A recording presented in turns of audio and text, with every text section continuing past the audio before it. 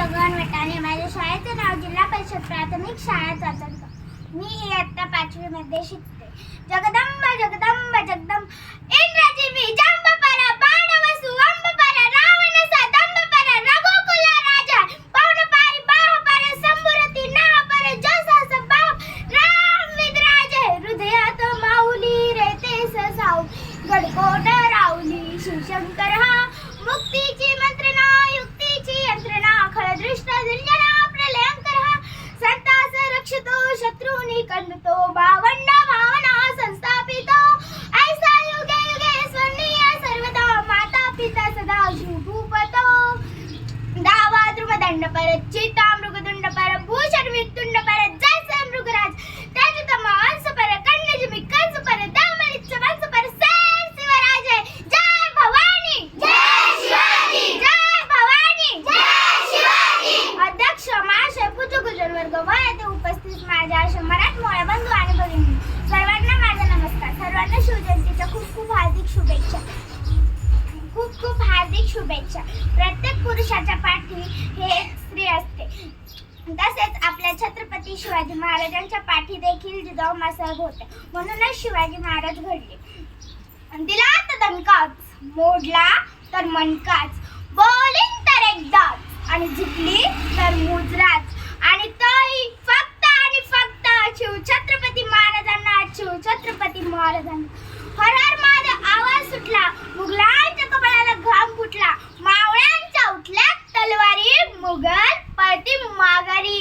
राजे राजे राजे तुम्ही अजून 10 वर्ष जगला असता ना तर मुघलांनी सुद्धा भगवाच फडकवला असता.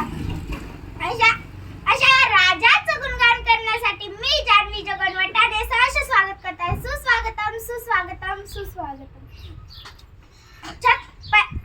सर्वप्रथम छत्रपती शिवाजी महाराजांना या जिजाऊच्या लेकीचा मानाचा मुजरा मानाचा मुजरा मानाचा मुजरा.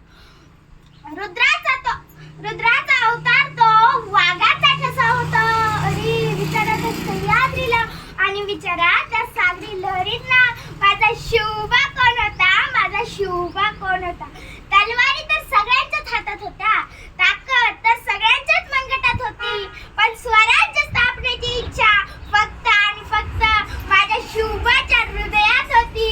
माझ्या शिवबाच्या हृदयात होती. हृदयात होती.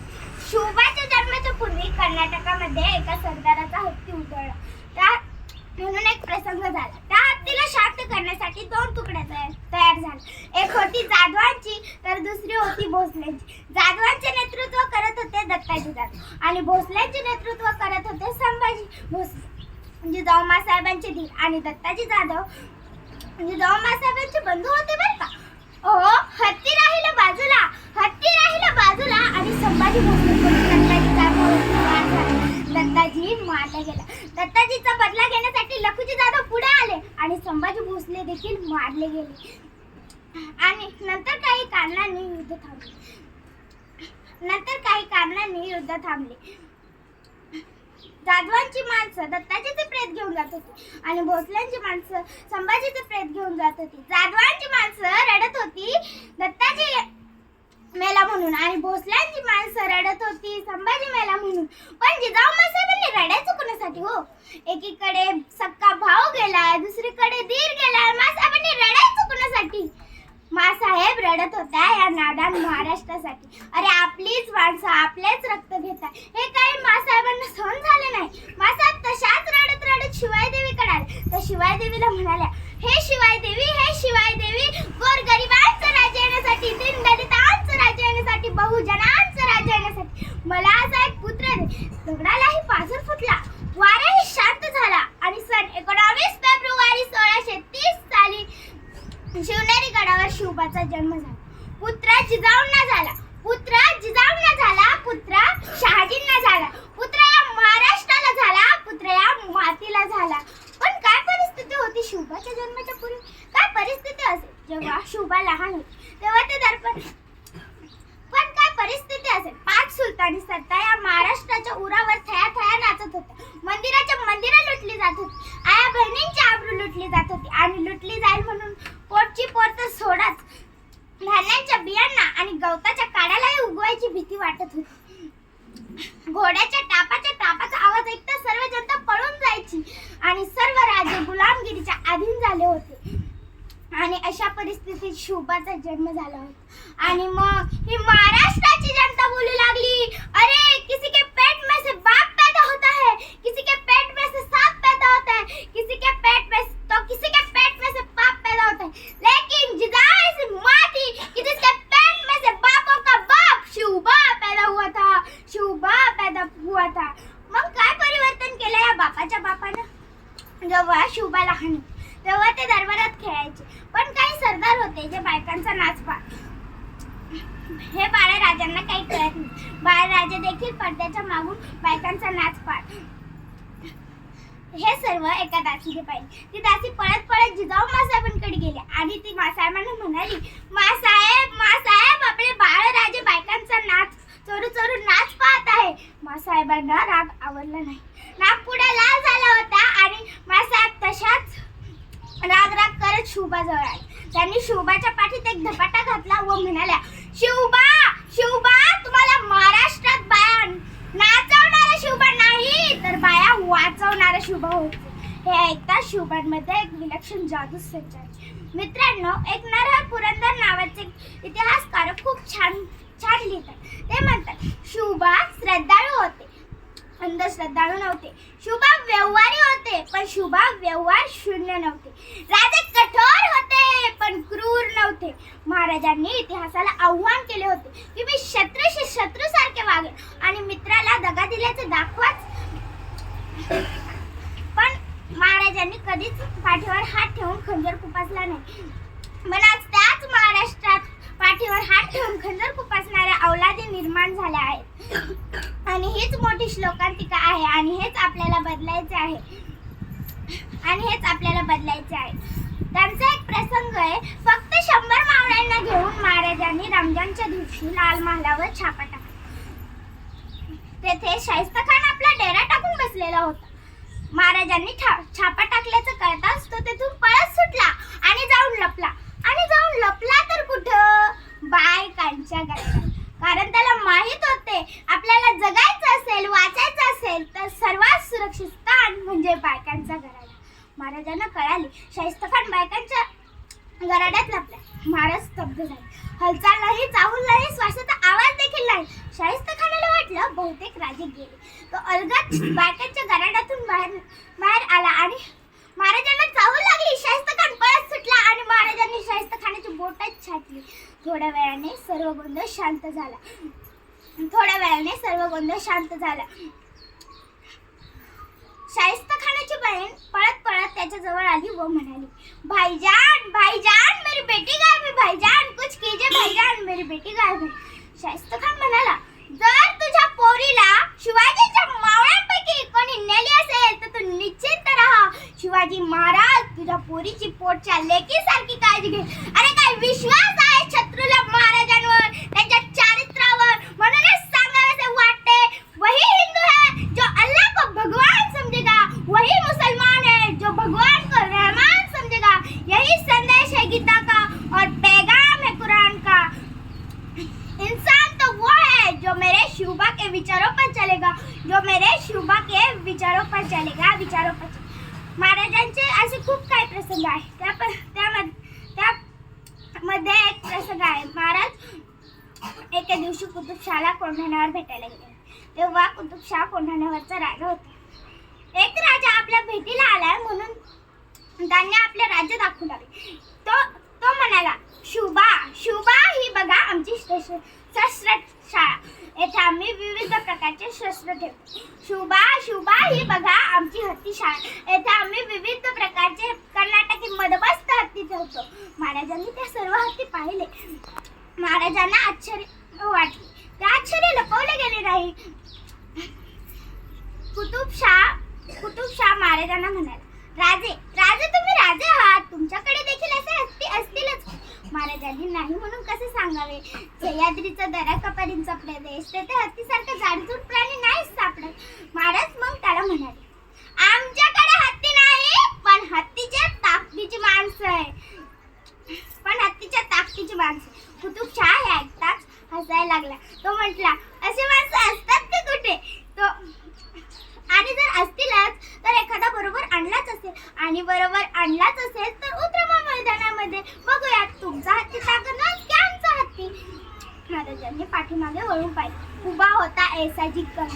येसाजी पुढे आला. येसाजीने महाराजांना मुजरा केला आणि महाराजांना म्हणाला, मी या हत्तीशी लढणार. आणि मुजरा करताच तो मरण पेल्याला त्या हत्तीशी झुंजायला तयार झाला. महाराज थोड्या वेळाने एक होता कर्नाटकी मदमस्त हत्ती आणि दुसरा होता महाराष्ट्रातील येसाजी कंक नावाचा मावळा. थोड्या वेळाने हत्तीशी माणसाचे युद्ध सुरू झाले. तो हत्ती चाले टाकत पुढे जात तसा येसाजी मागे सरकायचा. त्या हत्तीने बघणाऱ्यांच्या नजरा शांत झाल्या. त्या हत्तीने येसाजींना आपल्या सोंडीवर उचलले आणि सर्वांना वाटले की आता येसाजी बेमौत मारला जाईल. हे वाटताच क्षणी त्यांनी आपल्या कमरेतील लखलखती तलवार बाहेर काढली आणि एकच झपाट्यात त्याच्या सोंडीवर वार केला आणि त्याची सोंड खाली तुटून पडली आणि तो हत्ती जमिनीवर चिकचिकत लोळत पडला. अशा प्रकारे महाराष्ट्राच्या हत्तीने कर्नाटकाच्या हत्तीला लोळावलं होतं. अरे शपथ आहे आम्हाला तळपत्या तलवारीच्या पात्याची आस नाही आयुष्याची आणि भीती नाही मृत्यूची. अरे वाघालाही शांत करणारी ही जात मावळ्यांची. हे शौर्य धाडस पराक्रम पाहून कुतुबशाह पुढे आला. त्याने आपल्या गळ्यातील सोन्याचा कंठ बाहेर काढला आणि येसाजी समोर धरला.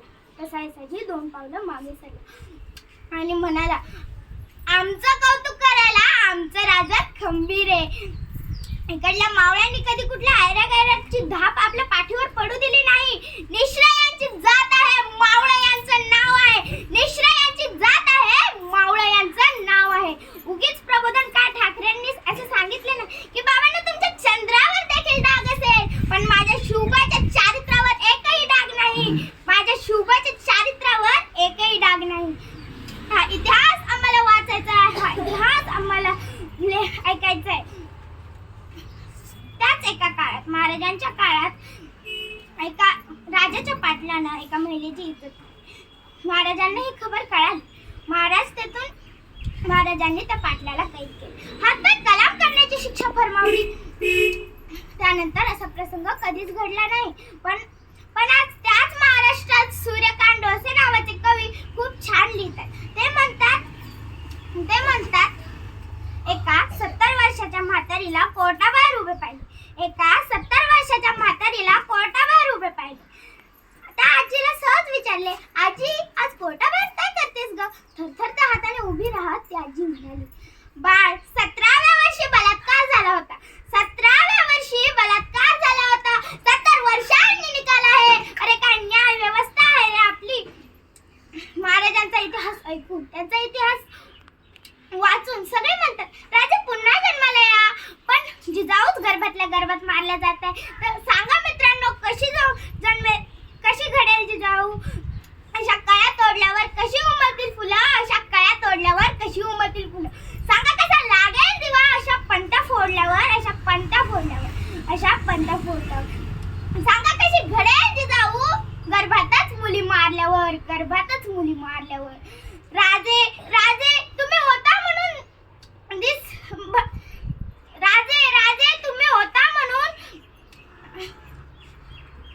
राजे तुम्ही होता म्हणून कपाळ व हिंदवी स्वराज्याची सकाळ. राजे तुम्ही होता म्हणून दिसले मंदिराला कळस व दारात तुळस. राजे ताजमहल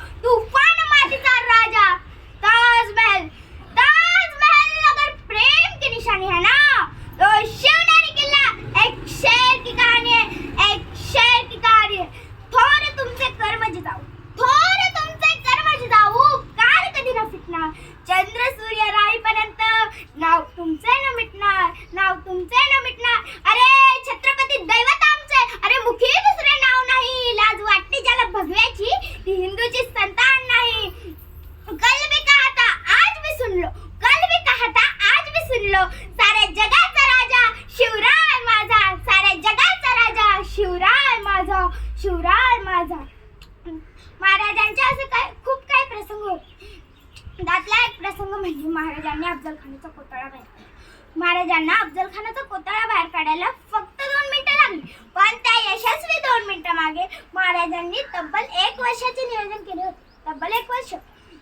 शिवाजीचा जिंदा मुर्दा पेश करतो अशी कसम खाऊन अफजलखान विजापूरमधून 40,000 सैन्य घेऊन आला होता.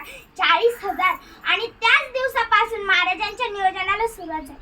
महाराजांनी आपल्या हस्तकांकरवी अफजलखानाच्या हत्तीला विष देऊन मारलं.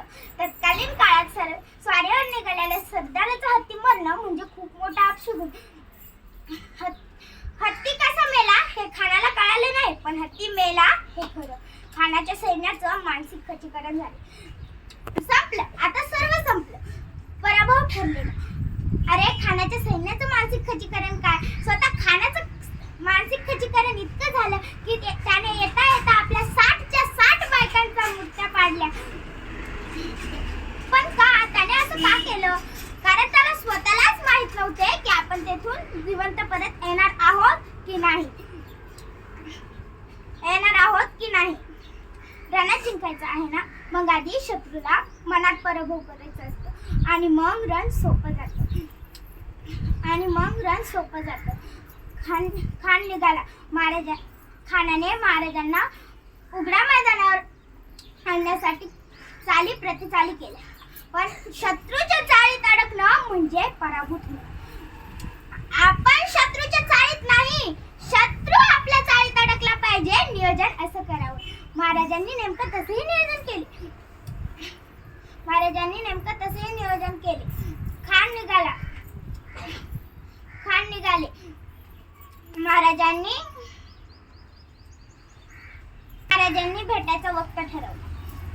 महाराजांनी जाणीवपूर्वक प्रतापगड निवडला. आता प्रतापगडच का? पुरंदर वगैरे असे किती होते, मग प्रतापगडच का?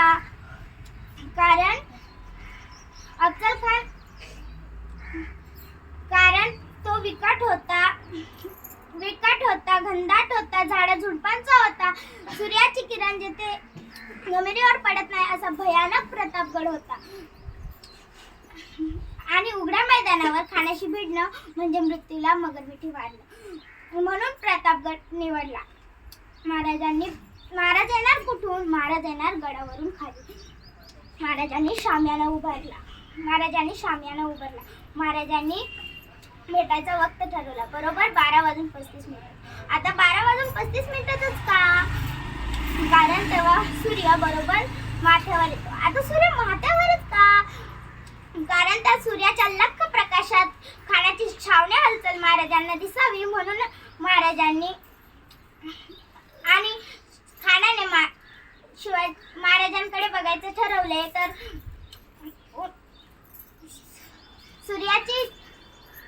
सूर्याची किरण त्याच्या डोळ्यात घुसावी आणि त्याला काही दिसू नये म्हणून 12:35 मुहूर्त.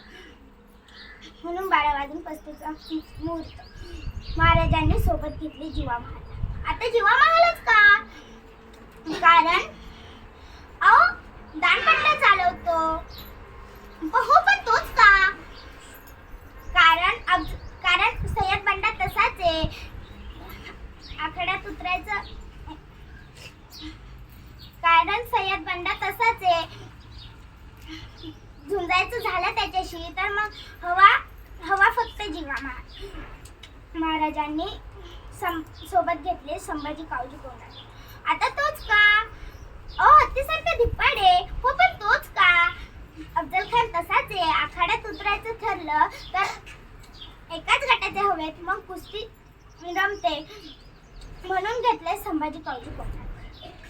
आणखीन 8 अंगरक्षक महाराजांनी सोबत घेतले.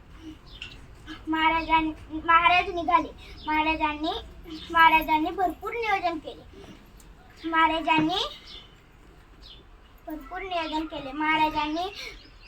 निघाले. बरोबर 12:35 निघालेले महाराज दुपारी 2 वाजता खानाच्या शामियानात पोहोचले. बरोबर 2 वाजता खानाला निरोप आला की शिवाजी येतात. तो शामियानाच्या बाहेर आला. त्याने पाहिले 5.5 फुटाचे देखणे रुबाबदार रुबाबदार शिवाजी आज ते कदम येत आहे. त्याने वकिलाला विचारले, ये है शिवाजी? वकिलाने मान डोलावली. महाराजांनी खानाने आपले हात फैलावले आणि म्हणाला, आओ शिवाजी आओ, मेरे गले लग जाओ. महाराज आले आणि खानाने व महाराजांनी गळे भेट घेतली. खानाने मिठी आवळली.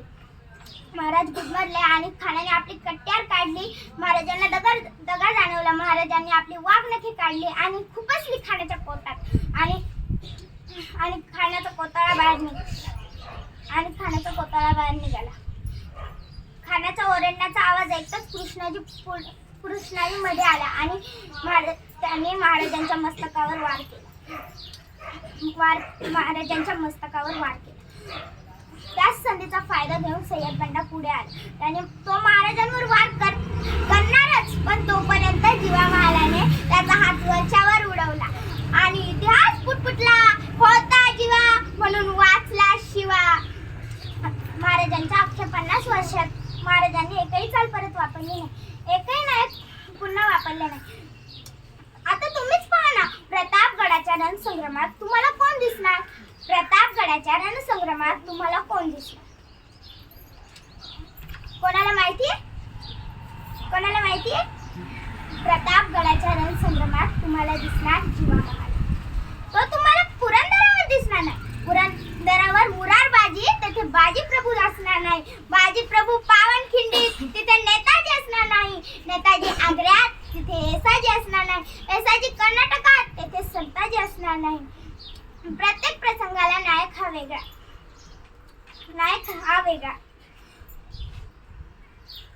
कोणी नाचू कीर्तनाच्या रंगी, ज्ञानदीप लावू जागी. नाचू कीर्तनाच्या रंगी, ज्ञानदीप लावू जागी असे म्हणणारे तुकोबाराय आम्हाला पाहायला मिळत नाही. पण डीजे आवाज वाढव, डीजे तुला आईची शपथ असे म्हणणारे पोरपोरी प्रत्येक ठिकाणी असतात. तुम मुझे खून दो, मैं तुम्हें आजादी दूंगा. तुम मुझे खून दो, मैं तुम्हें आजादी दूंगा असे म्हणणारे सुभाषचंद्र बोस आम्हाला पाहायला मिळत नाही. पण तुम मेरी नहीं हो सकती तो किसी की नहीं हो सकती असे म्हणणारे मुलं मुली प्रत्येक ठिकाणी दिसतात.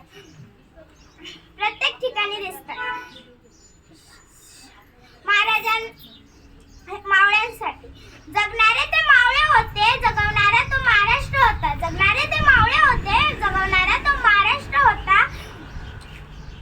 हे फक्त आता शिवाजी महाराजांसाठी. मराठ्यांचा तो राजा होता. तो झुकला नाही कोणापुढे, मुघलांचा तो बाप होता.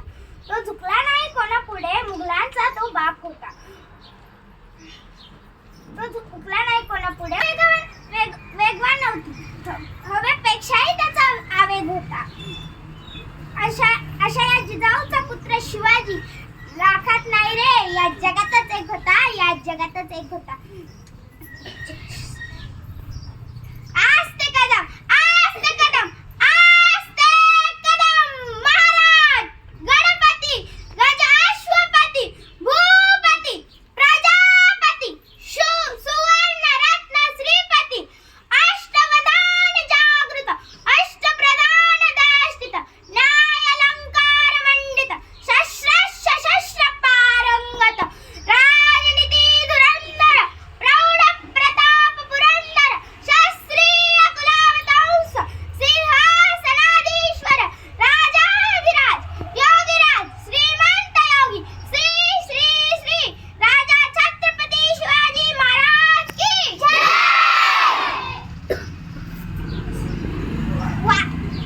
सिंहाचे बछडे जगतातही सिंहासारखे आणि मरतातही सिंहासारखे. याचं खरं उदाहरण म्हणजे संभाजी महाराज. संभा शिवा का छावा था, यही औरंगजेब ने मरते हुए किया हुआ दावा था.